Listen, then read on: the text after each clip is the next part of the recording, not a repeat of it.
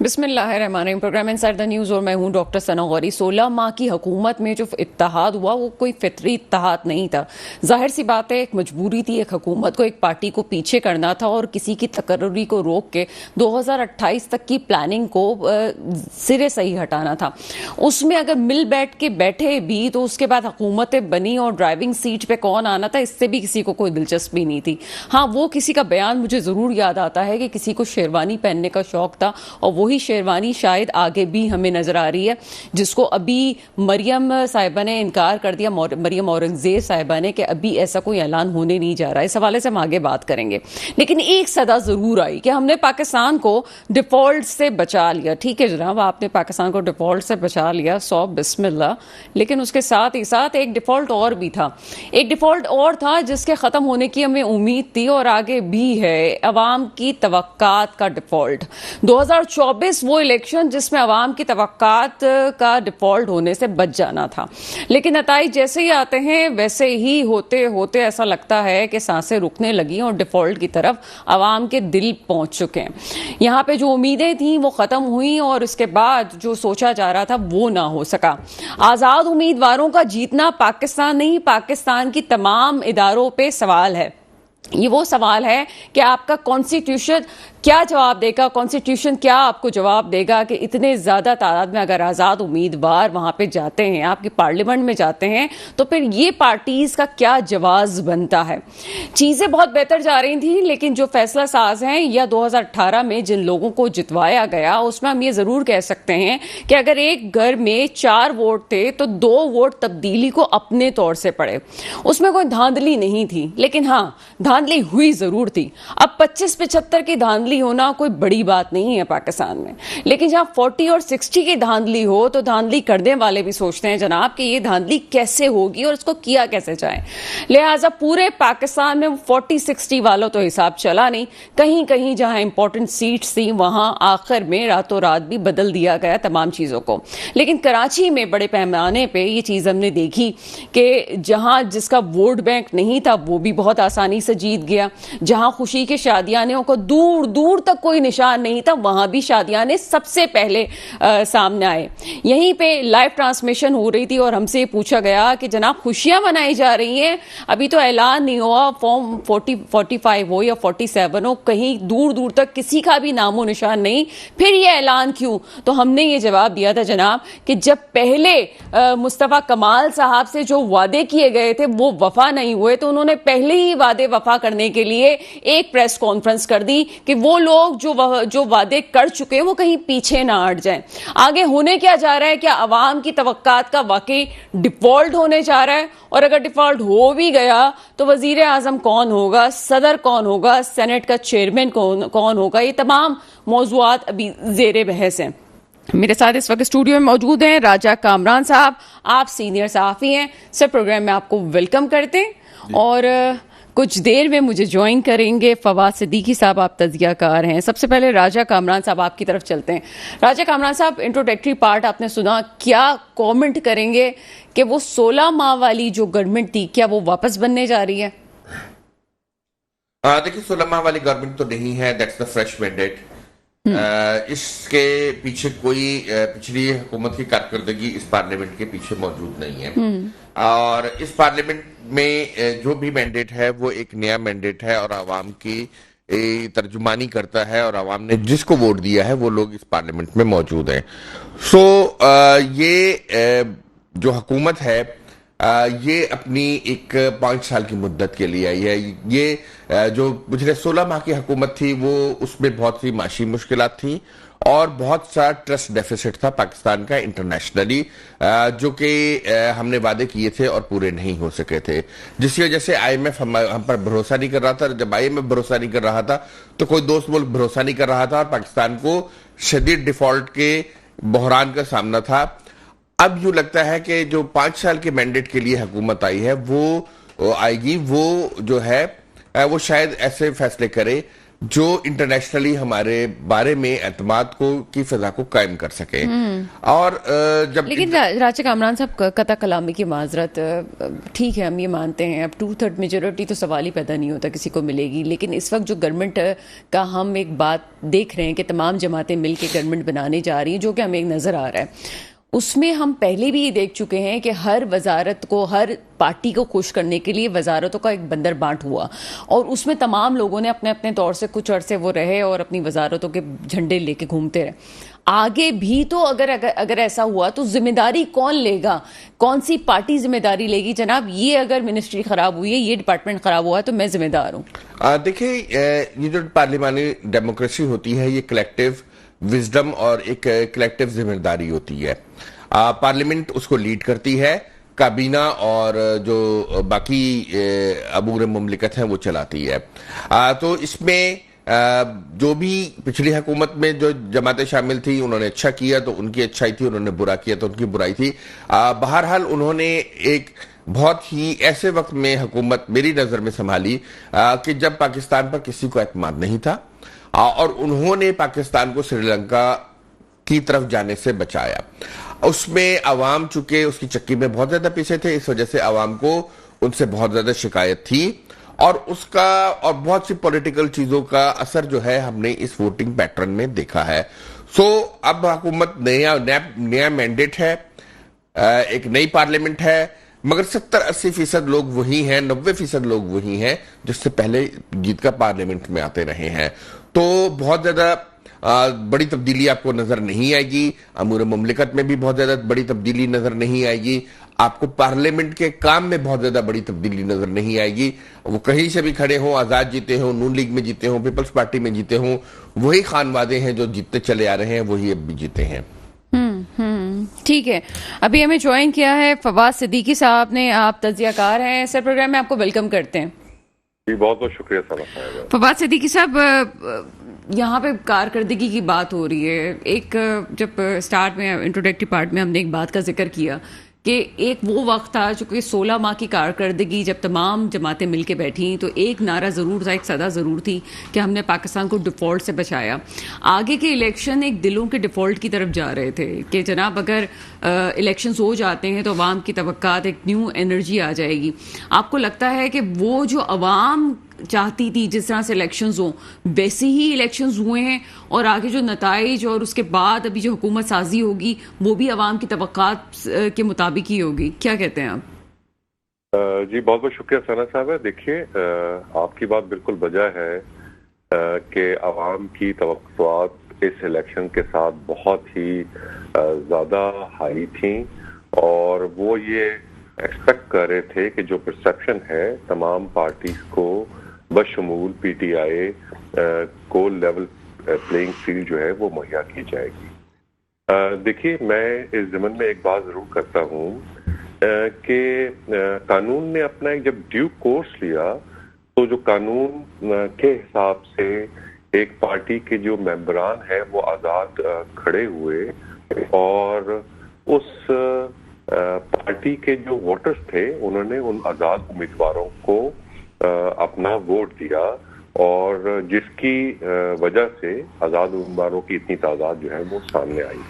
तो एक मिथ तो ये बस जरूर हुई कि इसमें कहीं ना कहीं इस इलेक्शन को कहीं दरपर्दा जो है वो सबटाज या उसको रेड करने की कोशिश की गई। अगर ये किया जाता तो इस तादाद में आज़ाद उम्मीदवार जो है वो जीत ना पाते। एक बात तो ये है।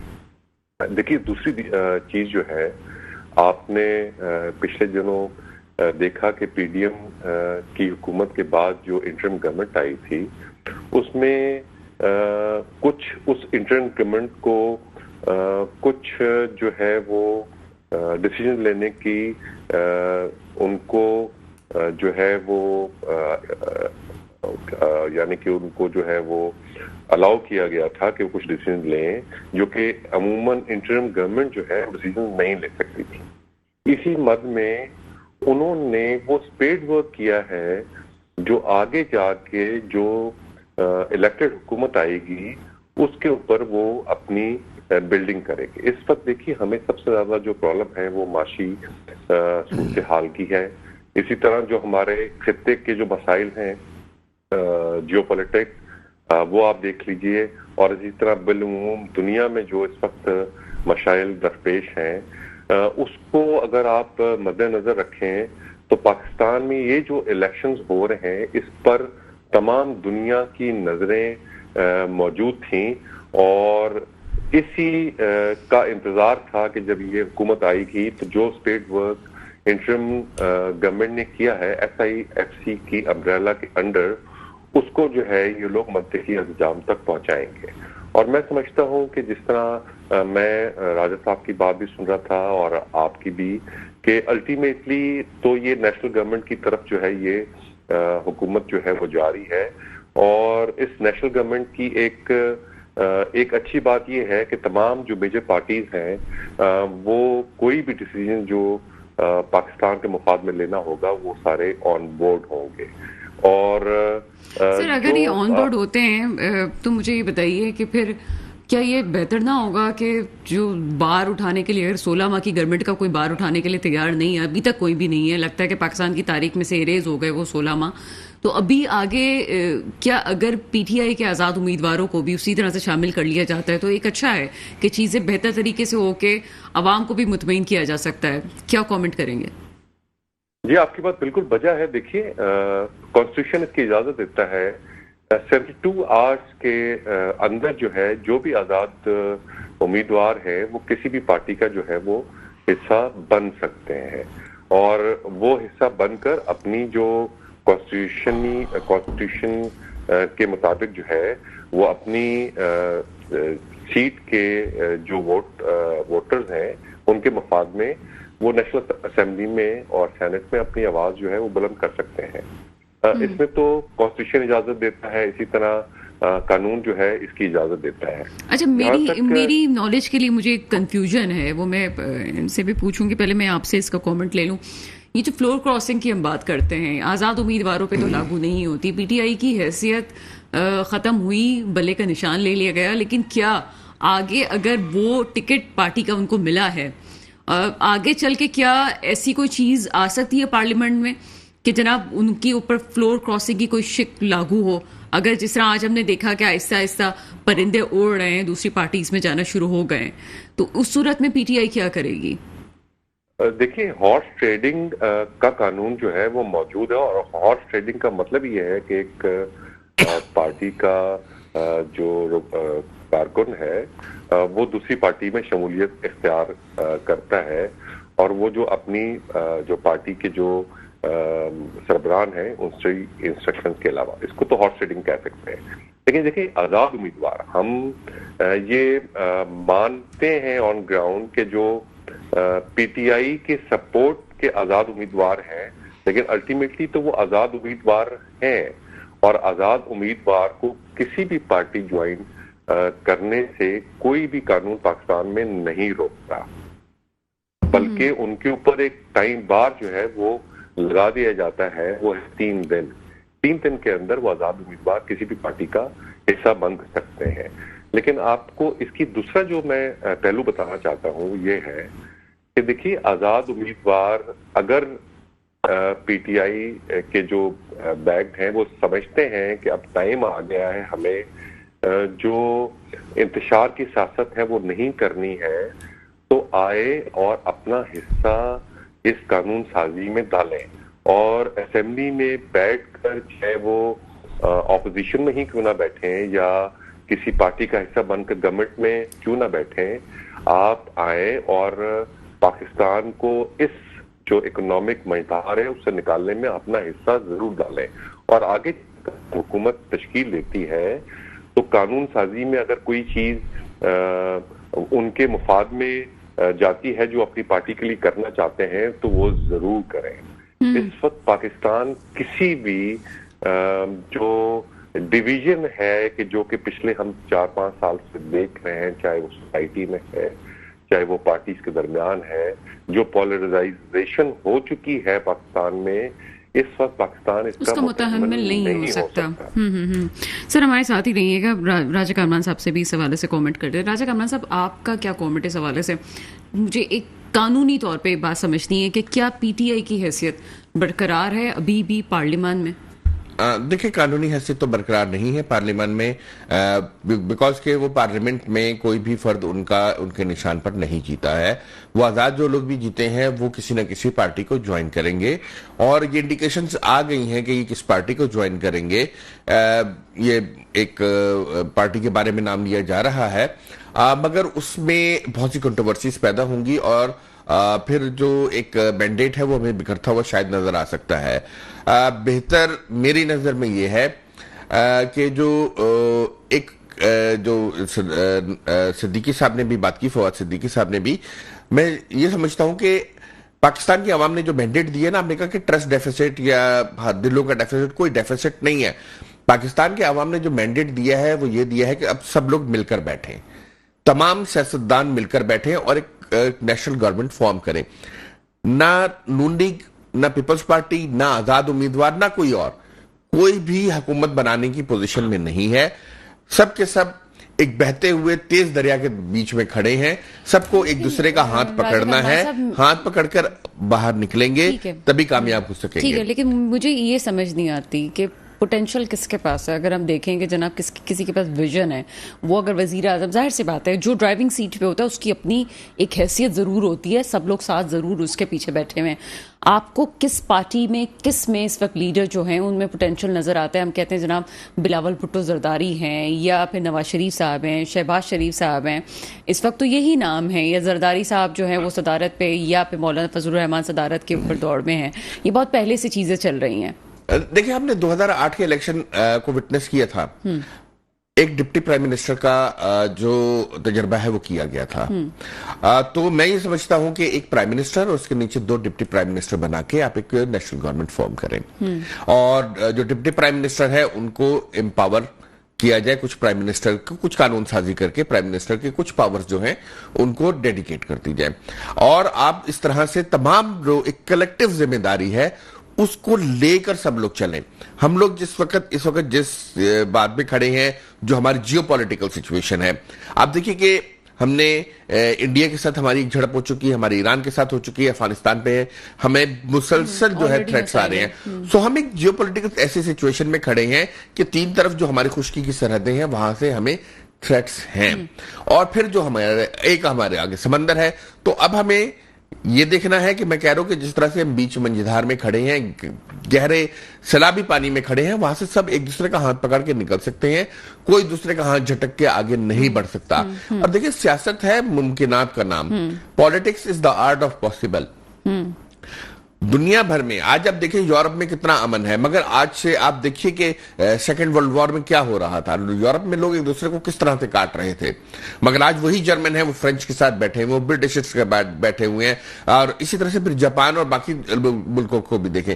देखिए, जब लोग अपनी गलतियों से सीखकर आगे बढ़ते हैं और कौमें आगे बढ़ती हैं, उसी से लोग सीखते हैं। हमें भी अपनी गलतियों से सीखकर आगे बढ़ना चाहिए। इस पूरे सिनेरियो में शायद आपको पिक्चर बहुत ब्लीक नजर आ रही हो इस मैंडेट में, बस मैंडेट में मुझे बहुत होप नजर आ रही है, और होप ये है कि देखिए, कोई भी इस वक्त ये नहीं चाह रहा कि पाकिस्तान में मार्शल लॉ लगे।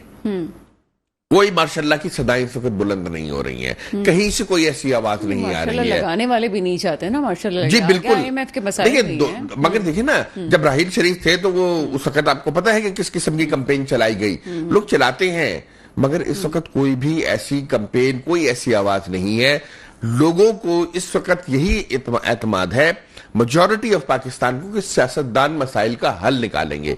सियासतदानों को अपनी विजडम के इस्तेमाल का बेहतरीन वक्त है ये, कि सियासतदान अपनी विजडम का, अपनी कलेक्टिव साथ मिलकर चलने की सलाहियत का इजहार करें। तमाम सियासतदान मिलकर चलें और इस मुल्क को इस मुश्किल से निकालें।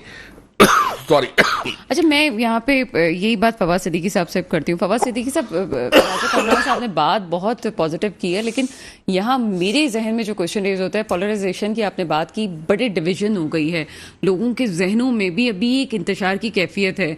अगर हम मीडिया पे बैठे हुए, इस वक्त हम स्क्रीन पे बहुत सारे लोग हमारी बात सुन रहे हैं, मुझे ये बताएं कि फिर लोगों को एक आम आवाम जो हैं वो किस तरह से इस चीज़ को अंडरस्टैंड करेंगे कि जनाब हमारे जियो पॉलिटिक्स के इश्यूज़ हैं, ये इश्यूज़ हैं, वो इश्यूज़ हैं, अभी जो अमल हो गया है इसको मैं आगे चलते हुए रखना चाहिए। क्या समझते हैं कि लोग किस तरह से इस चीज़ को समझेंगे? जी देखिए सना साहबा, आपका बहुत ही वैलिड क्वेश्चन है। देखिए यही जिम्मेदारी आप जैसे एंकर्स पे और हम जैसे तज्ज़िया निगार पे आयद होती है। इस वक्त जो इन्फ्लक्स ऑफ इंफॉर्मेशन है उसका क्रेडिबल होना या डिसक्रेडिबल उसको करना, ये अवाम के पास ना टाइम है ना उनके पास वो इंफॉर्मेशन का मयार है कि जिससे जो उनको इंफॉर्मेशन सोशल मीडिया के थ्रू या इलेक्ट्रॉनिक मीडिया के थ्रू रिसीव हो रही है उसकी क्रेडिबिलिटी को जो है वो वैलिडेट कर सके। यही वो नाजुक दौर है जिसकी मैं बारहा निशानदेही करता रहता हूं अपने तई कि देखिए ये जिम्मेदारी हम उन सब पर आयद होती है जो कहीं ना कहीं अपनी सोसाइटी में या अपनी आवाम में ओपिनियन मेकर्स का काम करते हैं। हमें जो भी इंफॉर्मेशन थ्रू आर मीडियम आवाम को पहुंचानी है उसको बहुत ज्यादा रिस्पॉन्सिबिलिटी से पहुंचाना चाहिए। परसेप्शन को बालाए ताक रखें और जो फैक्ट्स हैं उनको जरूर अपनी आवाम तक पहुंचाएं। और यकीन जानिए ये जो इस वक्त हमारी आवाम है, चाहे वो रूरल में है, चाहे अर्बन है, चाहे यंगस्टर्स हैं, उनका जो शऊर का लेवल है due to the influx of information वो हमारे जमाने के जो नौजवान थे उनसे बहुत ज्यादा है। तो वो सही और बुरे की तमीज बहुत खूब रखते हैं, लेकिन सिर्फ उनको एक ऑप्टिमिज्म की तरफ लेकर आना है। जिस तरह राजा साहब ने बात की कि मैं बहुत ज्यादा पुरुमीद हूं इस नेशनल गवर्नमेंट से, क्योंकि कहीं ना कहीं सेंस परवेज कर रहे हैं कि अब हमें ये जो पावर ब्रोकिंग की जद्दोजहद है उसको खत्म करना पड़ेगा और सबको मिल बैठकर एक कंसेंसस पे आना पड़ेगा और पाकिस्तान को इन हालात से, चाहे वो हमारे खित्ते के हैं चाहे वर्ल्ड ओवर है, उसको सही तौर पे स्टीयर करना पड़ेगा। फवाद सिद्दीकी साहब, यहाँ आपकी ही बात से एक क्वेश्चन रेज होता है कि आपने कहा नौजवानों में शऊर आ गया है। जिस तरह से वोट नौजवानों ने डाला है उसमें हम लगता है कि वो भी चाहते थे कि जनाब एक पहली दफा ऐसा लगता है कि बाकी लोग जितनी भी तनकीद करें, लेकिन साफी के ऐसे से मुझे लगता है कि एक होप हुई है, जमहूरियत से मोहब्बत हुई है, लेकिन उसके साथ ही साथ इदारों से नफरत खुद ब खुद से लोग सोशल मीडिया के जरिए भी डेवलप की। और ऐसा लगता है कि लोग ये समझते हैं कि अगर नताइज बदले, हालांकि नहीं बदले, पार्टी का प्लेटफॉर्म नहीं एक किसी पार्टी को मौजूद मिला तो उसमें जितनी कामयाबी इससे ज्यादा मिलती है, अगर नहीं प्लेटफॉर्म होता भी नहीं था तब इतना कामयाबी मिली है, तो उसमें ये बड़ी लॉजिकल लगते हैं, मंतकी लगते हैं ये नताइज। लेकिन लोग नहीं समझते, ये अवाम ये समझ रही है कि इदारों का कसूर है या इदारे बीच में इन्वॉल्व होते हैं, और कौन इदारे, फौज का खासतौर पर जिक्र किया जाता है। इसमें क्या हम एक पोलियो की भी मुहिम चलाते हैं, उसमें हम पूरी मीडिया को इन्वॉल्व करते हैं, तो क्या हमें नौजवानों को आहिस्ता आहिस्ता करके ये अवेयरनेस देने की जरूरत है कि पाकिस्तान का जोग्राफिया क्या है, कहाँ कहाँ क्या क्या चीजें। मैंने तो बहुत आई एम सॉरी टू से बहुत पढ़े लिखे लोगों को भी इस बात से इनकारी देखा है या उनको इस बात से उनको इल्म नहीं होता कि पाकिस्तान के बॉर्डर्स क्या हैं, हमें कहाँ कहाँ दुश्मनों का सामना है, हमारे नौजवान रोज कितने मर रहे हैं, कितने नौजवान शहीद हो जाते हैं, किसी को कुछ नहीं इल्म होता। क्या समझते हैं आप इस हवाले से? देखिए सना साहब, इसमें तो कोई दो राय नहीं है। जिन आजाद उम्मीदवारान को हमारी यंग जो रेशो है इस नेशन का उन्होंने वोट दिए हैं, इनको मुतफर्रिक अदारों से या पाकिस्तान की ब्लीक सिचुएशन दिखाई किसने? आप ये भी देखिए ना, जिसकी तरफ वो आइडलाइज करते हैं जिन शख्सियात को या जिन शख्सियात को वो अपना रोल मॉडल मानते हैं, ये तो उन्होंने ही इतनी ज्यादा डिवीजन की अपने इदारों के खिलाफ जो हजरा सराई हुई उसके सोशल मीडिया पर, और ये सिस्टमेटिक हुआ। देखिए मैं पिछले आप मुझसे बेहतर समझती हैं कि ये जो 5th जनरेशन वॉरफेयर में जो एक बहुत बड़ा इस वक्त वेपन के तौर पे उभरा है वो है सोशल मीडिया, और उसके अंदर जो इंफॉर्मेशन है वो इस हद तक जो है वो आ गई है, उसका रिश्ता इतना ज्यादा है कि अच्छे बुरे की तमीज, एक ही तस्वीर के कई रुख जो है, दो रुख तो अब बात खत्म हो गई है, कई रुख जो है वो सामने आते हैं। और ये काम फिर उस लीडर का या उनके जो रोल मॉडल है उनका है कि वो उसको पाकिस्तान की सही तस्वीर या जो हालात हैं उनकी सही निशानदेही करें। देखिए, ये जो प्रोपेगेंडा है ये है क्या? ये exactly disinformation through credible resources. Credible resources कौन? कि जी जिनके मीडिया में सोशल इन्फ्लुएंसर्स जो हैं, जिनके नाम है, आप उनको बार बार एक मिस इन्फॉर्मेशन फीड करेंगे तो आगे तो वो विदाउट एनी वेरिफिकेशन अगर उसको वो अपने सुनने वालों को या अपने जो पैरोकार हैं या वो अपने जो उनके वोटर्स हैं उनको पहुंचाएंगे, तो यही होगा जो इस पर बिल्कुल ऐसा ही सर। फवाद सिद्दीकी साहब, यहाँ पे वही प्रोपेगेंडा वाला फार्मूला बड़ा अप्लाई होता है। हम तो बहुत पहले से उसको प्रोपेगेंडा को पढ़ते आ रहे हैं। बहरहाल यहाँ वक्त है, बहुत एक अच्छी गुफ्तगू चल रही है, लेकिन अनफॉर्चुनेटली एक ब्रेक का वक्त हुआ है। ब्रेक के बाद फौरन आते हैं। ब्रेक के बाद आपके सामने हाजिर हैं कुछ इलेक्शंस के आफ्टर फैक्ट्स जहांगीर तरीन साहब और सिराजुल हक साहब की तरफ से आए। दोनों ने अपनी पार्टी छोड़ने का ऐलान किया है, लेकिन आगे जो है वो जमात इस्लामी का तो फैसला आगे होगा कि होने क्या जा रहा है। साथ साथ हाफिज नईम साहब की प्रेस कॉन्फ्रेंस भी नजर आई, जिस पे उन्होंने अपनी जीती हुई सीट से वो पीछे हट गए। उन्होंने कहा कि हम ये सीट नहीं लेना चाहते। एक और चीज़ जो मुझे नजर आई, लोगों के लिए शायद वो जुबान का चटखारा था, लेकिन मुझे ये हैरत होती है कि जिन लोगों को वोट्स दिए गए, जो सीट्स पाए, बड़ी अच्छी बात है। अब जैसे भी उनको वोट मिले, एक अलग मसला है। आप अपनी जीत की खुशी में दूसरों पे तनकीद करते करते अपना वकार क्यों जो है वो खराब कर रहे होते हैं? ये मैं बात कर रही हूँ मुस्तफ़ा कमाल साहब की, जिस किस्म की बातें जलसे में इतने सारे मजमे में जना ग्राउंड में की गई, क्या वो कर दी चाहिए थी? चाहे वो जमात इस्लामी पे तनकीद हो, और ख़ास तौर पर मैं कह रही हूँ कि जमात इस्लामी पे जिस तरह से तनकीद की गई, ठीक है जनाब, इलेक्शन के दिनों में बहुत सारी बातें होती हैं, लेकिन इलेक्शन जीतने के बाद भी जिस किस्म की बातें की गई, क्या वो सही लगती हैं? क्या किसी पार्टी के सरबरा को या पार्टी इसको करनी चाहिए, नहीं करनी चाहिए? तमाम मौजूद पे बात कर रहे हैं। जी जनाब, राजा कामरान साहब क्या कमेंट करेंगे सबसे पहले सिराजुल हक साहब और जहांगीर तरीन साहब के इस्तीफे के हवाले से? देखिए, दोनों में बड़ा फर्क है।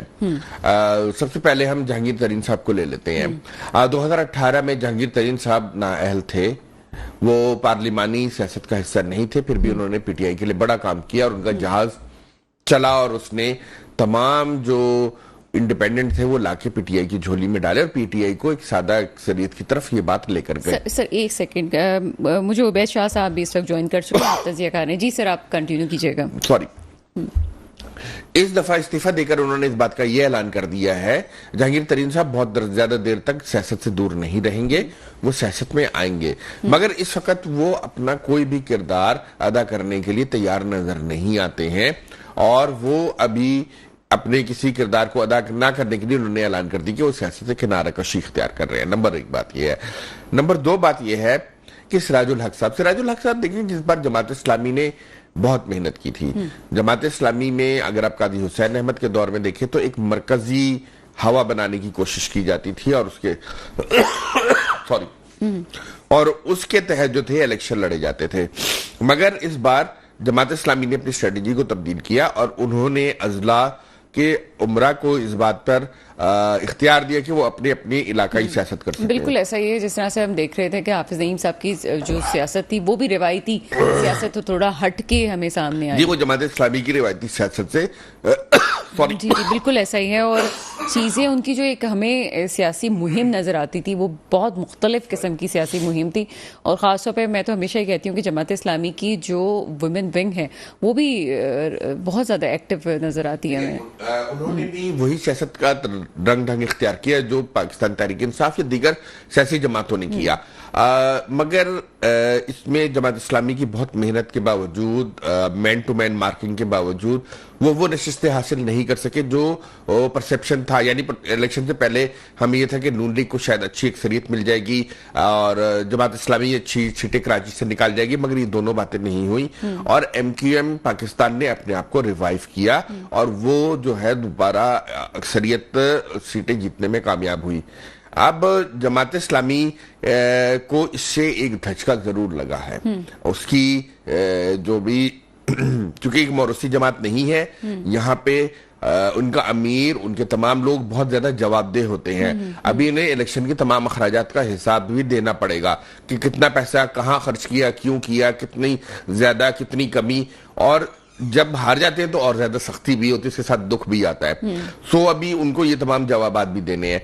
तो जो जमात इस्लामी के अमीर ने सिराजुल हक साहब ने किया है, इस पर तो इनकी शूरा फैसला करेगी।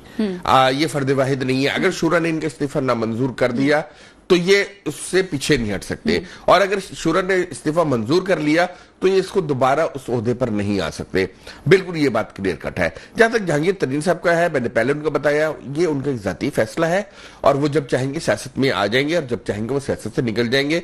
उनके पास सियासत को चलाने के लिए पैसा भी है, और वसाइल भी हैं, और ताल्लुकात भी हैं। तो दोनों में एक बहुत बड़ा फर्क है। जहां तक हाफिज साहब ने सीट छोड़ने का ताल्लुक है, ये एक अनफॉर्चुनेट है।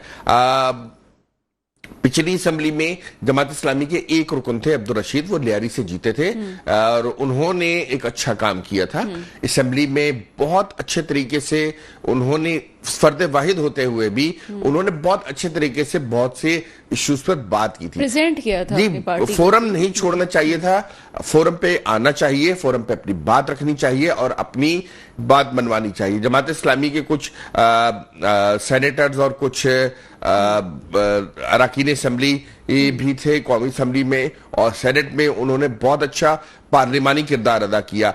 तो ये एक अफसोसनाक बात है कि सिंध में और बाकी मुल्क में जो है अच्छे पार्लियामेंटेरियन से जो है हम महरूम हुए हैं जमात इस्लामी के सीटें ना जीतने की वजह से। बहरहाल अब जमात इस्लामी को भी रीथिंक करने की और अब अपने आप को रीऑर्गेनाइज करने की, अपनी स्ट्रेटेजी को दोबारा से चैनलाइज करने की जरूरत है। मगर मैं ये बता सकता हूं कि मैं बहुत से ऐसे लोगों को जानता हूं जो लिबरल्स कहलाते हैं, उन्होंने जमात इस्लामी को वोट दिया है। वोट था जी, पीपल्स पार्टी के अगेंस्ट दिया, और उन्होंने आके फखरिया ये हमें बताया कि जी हमने जमात इस्लामी को वोट दिया है। तो एक अनफॉर्चुनेट सूरत हाल है, मगर इसमें यह बात भी है कि देखिए इस बार जो पॉइंट टेबल आ रहा था, खुसूसन जब कराची का टेबल चल रहा था, तो उसमें जमात इस्लामी सेकंड नंबर पर थी। तो इससे पहले वो कभी भी इस पूरी गिनती में नहीं होती थी। तो एक लोगों की वोटिंग की वजह से ये बात और लोगों के कंसिडरेशन की वजह से एक बात तो यह है कि वो जो विक्ट्री स्टैंड था उस पर सेकंड या थर्ड पर आए हैं। तो ये कभी भी ये जो विक्ट्री स्टैंड है इनको फर्स्ट पर ले जा सकता है। इन्हें अपनी स्ट्रेटेजी को जारी रखना चाहिए। कराची के हक में जो जमात इस्लामी काम कर रही है, देखिए ना कितने बहरिया टाउन के लोगों के मसाइल हल किए, तलबा के मसाइल को हल करने के लिए आ गया है, तमाम चीजें की हैं। और एक पॉजिटिव साइन है, और हाफिज सईद की सूरत में हमें एक पॉजिटिव भी पैगाम मिला। लेकिन देखें जनाब ये आगे होता क्या है। उबैद शाह साहब, सर प्रोग्राम में आपको वेलकम करते हैं। जी जी, थैंक यू। उबैद शाह साहब, एक सवाल का एक जो रुख था उसका जवाब तो अभी राजा कामरान साहब ने हमें दिया। एक दूसरा रुख जो था सवाल का, उसका जवाब आप मुझे बेहतर तरीके से दे सकते हैं। MQM अपनी विक्ट्री की खुशी बनाती है और जिन्ना ग्राउंड में जलसा करती है। जलसा करना अच्छी बात है, खुशियां बनाना भी अच्छी बात है, लेकिन जिस तरह से तनकीद की गई है ख़ास तौर पर जमात इस्लामी पे कि आप सिर्फ धरने के लिए रह गए और आपका काम सिर्फ यही है, क्या आप समझते हैं कि ठीक है जनाब, विक्ट्री में ऐसा ही होना चाहिए और अपनी खुशियां बनाते हुए यही सब कुछ होना चाहिए था? फिर वो जो बात जो वो पहले किया करते थे, और मैं तो उसका हिस्सा भी थी, एक दिन उन्होंने खास तौर पे सहाफ़ियों को बुलाया था, उन्होंने कहा कि हम इस तरह की तमाम सियासी बातों को छोड़ चुके हैं, अगर हम हार भी जाएंगे तब भी हम काम करने आ रहे हैं, हमें इससे कोई गर्ज नहीं कि हमें जीत मिलती है कि नहीं मिलती। तो ये तजाद फौरन से ही दूसरे तीसरे दिन ही शुरू हो गया। क्या कमेंट करेंगे आप? जी, बिस्मिल्लाहिर्रहमानिर्रहीम। डॉक्टर साहब, ये जो मैं सुन रहा था गुफ्तगू हमारे दोस्त सिद्दीकी साहब की भी और राजा साहब की भी, मैं जमात इस्लामी की हद तक जो बात की ना राजा साहब ने, मैं 100% इससे इत्तेफाक करता हूँ कि पिछले 3-4 सालों में हाफिज नईम साहब ने बड़ी कराची के लिए स्ट्रगल की है, और वो बहुत ही लाइमलाइट में है, और उन्हें कराची के जो कराचीइट्स है वो उन्हें लाइक भी करते हैं, और मैं उनकी जात की हद तक बात कर रहा हूँ। हालांकि जमात इस्लामी के बड़े सोशल वेलफेयर के प्रोजेक्ट्स हैं यहाँ कराची में, बहुत से लोगों को फायदा होता है उससे, और लेकिन वो जाहिर इलेक्ट्रल पॉलिटिक्स में कोई कामयाब नहीं रहे। बट हाफिज नईम साहब ने कुछ टर्न अराउंड किया है और जमात इस्लामी को बड़ी जबरदस्त बड़ी तादाद में वोट पड़े कराची से। लेकिन बहरहाल चले, अब वो ये बात ठीक है कि उनको अपनी विक्ट्री का जो नोटिफिकेशन है उससे एक्सेप्ट कर लेना चाहिए था और पार्लियामेंट का हिस्सा होना चाहिए था। मगर हम इससे थोड़ी सी अगर हटके एक मुख्तलिफ बात कर लें तो मुझे इजाजत दे तो मैं करना चाहूँ। सर आपको इजाजत, हमने कभी मना किया आपको? बड़ा शुक्रिया आपका। देखिए ये जो इंडिपेंडेंट्स है ना, इनके नंबर जो पीटीआई बैक्ड है इंडिपेंडेंट्स, इनके नंबर कहीं 96 है, कहीं 97 है, कहीं 102 भी बताए जा रहे हैं। अभी तक कोई फाइनल, बट ये तो तय है कि 95 से प्लस है और कोई 100 के दरमियान है। ठीक है ना, ये इस बात का एक सबूत है कि बहुत बड़ी तादाद में लोगों ने एक एजेंडे, एक नजरिए को वोट दिया है। उन्होंने जो है वो अपनी एक एस्टेब्लिश किया है अपना एक पॉइंट। क्योंकि खान साहब ने, अगर आप पूछे कि खान साहब ने क्या दिया या क्या किया, उसका तो कोई जवाब है नहीं मुनासिब।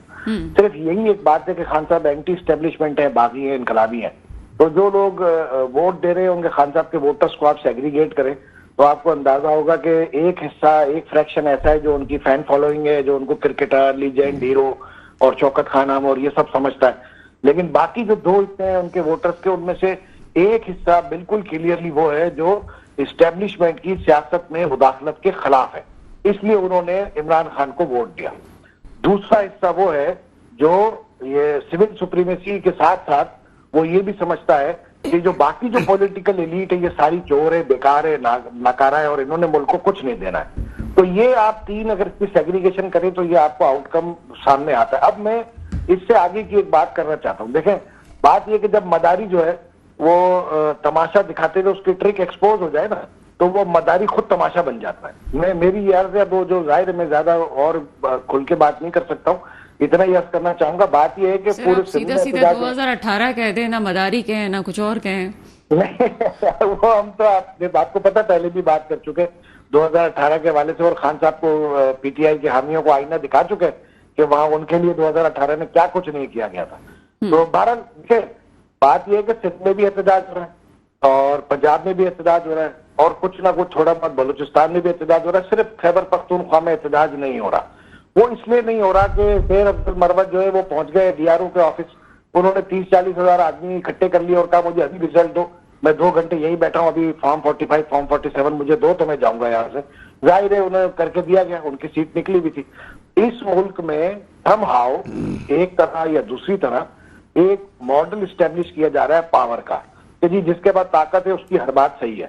ठीक है ना, तो ये एक खतरनाक सोसाइटी के लिए खतरनाक अलार्म को खुश होना चाहिए मरवत साहब के बयान से, जहां पे इतने नाराज हो रहे थे सब लोग। तो अब तो माथा चूमने वाली बात है आपकी इस बात के बाद तो कि मरवत साहब की वजह से कुछ तो नहीं। तो खैबर पख्तूनख्वा में क्लीन स्वीप कर लिया ना उन्होंने, वहां नहीं, उनको एतराज नहीं है कि कोई रिगिंग हुई है रिजल्ट में, कोई मैनिपुलेशन हुई है, कोई देखे ना शाम को जो जीत रहा था वो सुबह हार गया, जो शाम को हार रहा था वो सुबह जीत गया, और जो शाम को मिठाई बांट रहा था उसका सुबह सफेद मातम भी। कराची के अलावा ओवरऑल मैं अगर बात करूं तो कराची के अलावा ओवरऑल मुझे लगता है यही सिचुएशन आनी थी, यही हमें पता था कि यही रिजल्ट होने हैं, इसी तरह से होना। ये तो पहले भी बात हम कर चुके हैं। कराची में मुझे लगता है कि थोड़े इश्यूज हुए हैं। तो देखें ना, ये कंट्रोल डेमोक्रेसी जो है ये किस चीज को जन्म देगी। अभी आप देखें एक खिचड़ी पक रही है कि जी एक डिप्टी प्राइम मिनिस्टर का ओहदा क्रिएट कर लिया जाए, लाहौर का प्राइम मिनिस्टर हो और लाड़काना का डिप्टी प्राइम मिनिस्टर हो, और फिर यूं हो चेयरमैन से ओहदे की बंदरबाट हो रही है। तो ये 1.5 साल की करीब तो यही हुकूमत चली ना। लोगों को जो नून लीग की सीटें या उनकी पॉपुलैरिटी कम हुई उसकी तो वजह ही इनकी 1.5 साल की हुकूमत है मेनली।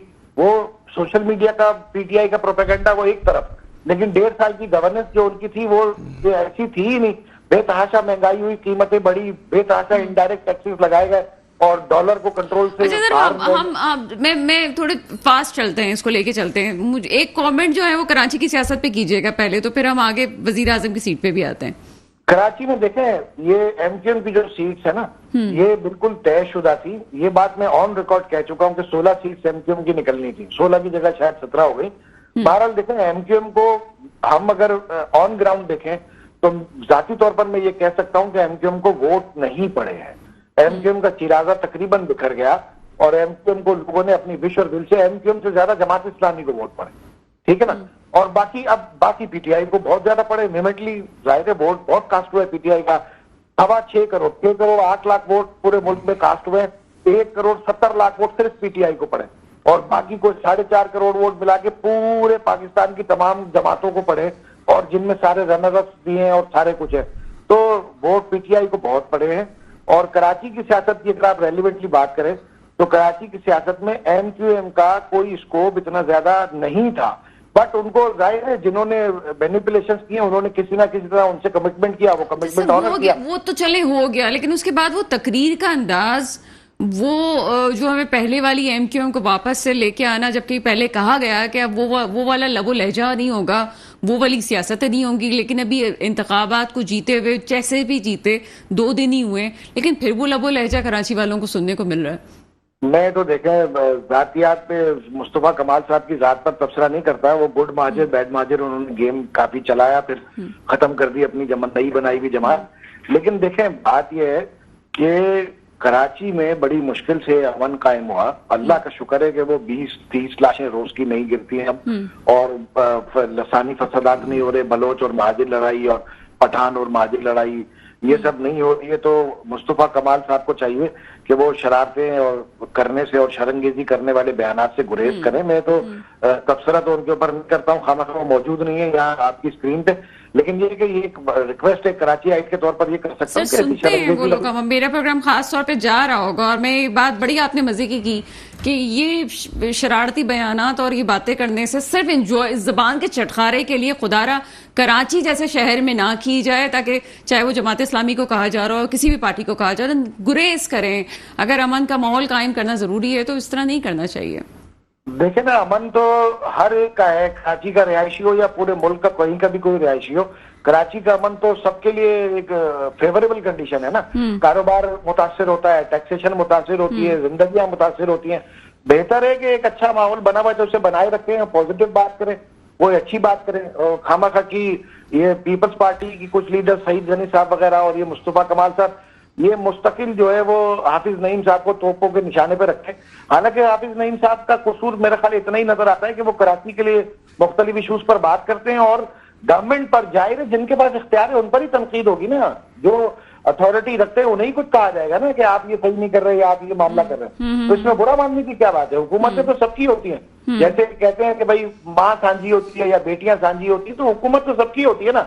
एक हुकूमत बन गई है हर शहरी के लिए, अब कोई शहरी अगर सेटिस्फाई नहीं होगा तो वो जाहिर है हुकूमत से ही शिकायत करेगा। अब मैं आपसे आखिरी बात पूछना चाहूंगी, पोटेंशियल किस में है? अब सवाल का रुख बिल्कुल बदल रहा है। अभी अगर हम देखें तो आपको किस में पोटेंशियल नजर आता है कि जनाब ठीक है ये काबिल कबूल है अगर वजीर आजम इसको बना दिया जाता है? अब पार्टीज को हटा दें, पार्टीज तो बहुत सारी हैं, हम ये समझते हैं कि कोई ऐसा चेहरा जिसको आप समझते हो कि ये वजीर आजम बनेगा तो शायद कुछ बेहतरी की उम्मीद है? नहीं, देखें नून लीग में तो 2 ही कैंडिडेट हैं, प्रायोरिटाइज करेंगे मियां साहब को। अगर जरदारी साहब अच्छे पत्ते उन्होंने, वो कहते हैं ना शेख रशीद कहते हैं कि वो चीने से पत्ते लगा के रखते हैं, तो वो अगर उन्होंने अच्छे, अभी उन्होंने ये नहीं मांगा कि हमें प्राइम मिनिस्टरशिप दो, उनकी नजर प्रेसिडेंशियल सीट पे, वो भी उन्होंने अभी नहीं मांगी। अभी तो वो मांग रहे हैं कि पंजाब की वजारत आला हमें दे दो और हमें जो है वो सेनेट का चेयरमैन दे दो, स्पीकर कौमी असेंबली दे दो, और ये जो वो जाहिर है पंजाब की वजारत आला तो वो दे ही नहीं सकते। तो अब अगला मरहला शुरू होगा बार्गेनिंग का कि ठीक है चलो ये ना लो तो बदले में ये ले लो और आप ये दे दो। उस पर कोई लाहौर का वजीर आजम और लाड़काना का डिप्टी वजीर आजम कुछ इस तरह की बात बनेगी। तो प्राइम मिनिस्टर का कैंडिडेट तो देखे ना नून लीग ने ही लीड करना है और उनके खानदान में से वो शरीफ खानदान के अलावा तो वो अफोर्ड नहीं करेंगे कि वो किसी को ये मौका दे दे कि जाइए आप प्राइम मिनिस्टरशिप ले ले हमारी तरफ से।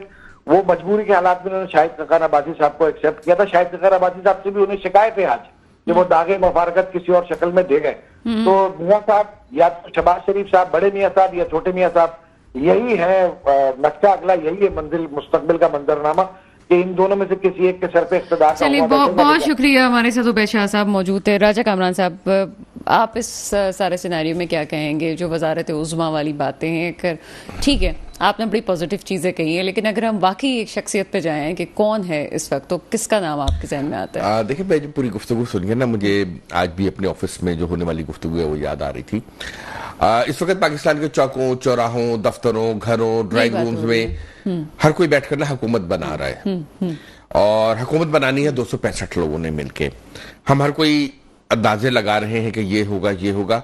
ये जो मुज़ाकरात इस वक्त पाकिस्तान मुस्लिम लीग और पीपल्स पार्टी के दरमियान है, दीगर लोगों के दरमियान जारी हैं, इनका कोई नतीजा नहीं निकलना।